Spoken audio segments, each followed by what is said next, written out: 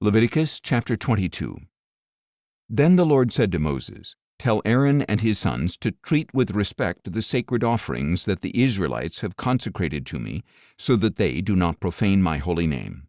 I am the Lord. Tell them that for the generations to come, if any of their descendants in a state of uncleanness approaches the sacred offerings that the Israelites consecrate to the Lord, that person must be cut off from my presence. I am the Lord. If a descendant of Aaron has a skin disease or a discharge, he may not eat the sacred offerings until he is clean.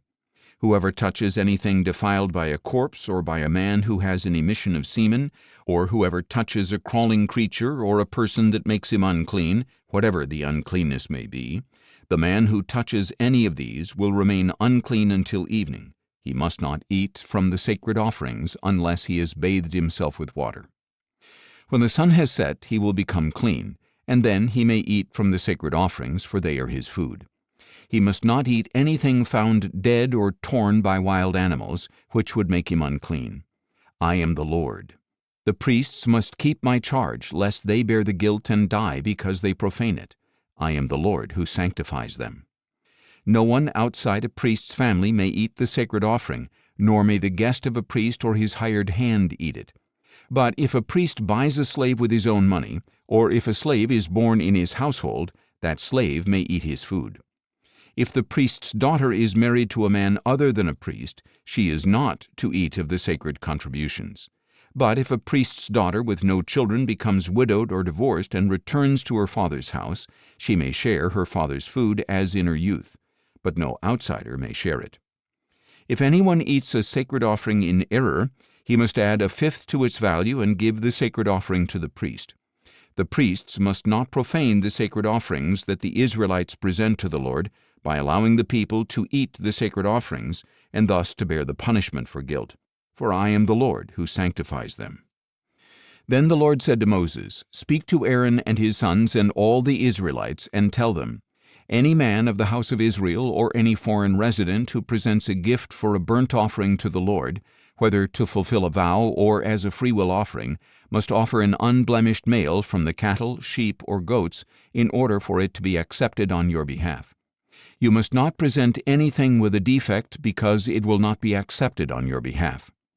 When a man presents a peace offering to the Lord from the herd or flock to fulfill a vow or as a freewill offering, it must be without blemish or defect to be acceptable. You are not to present to the Lord any animal that is blind, injured or maimed, or anything with a running sore, a festering rash, or a scab.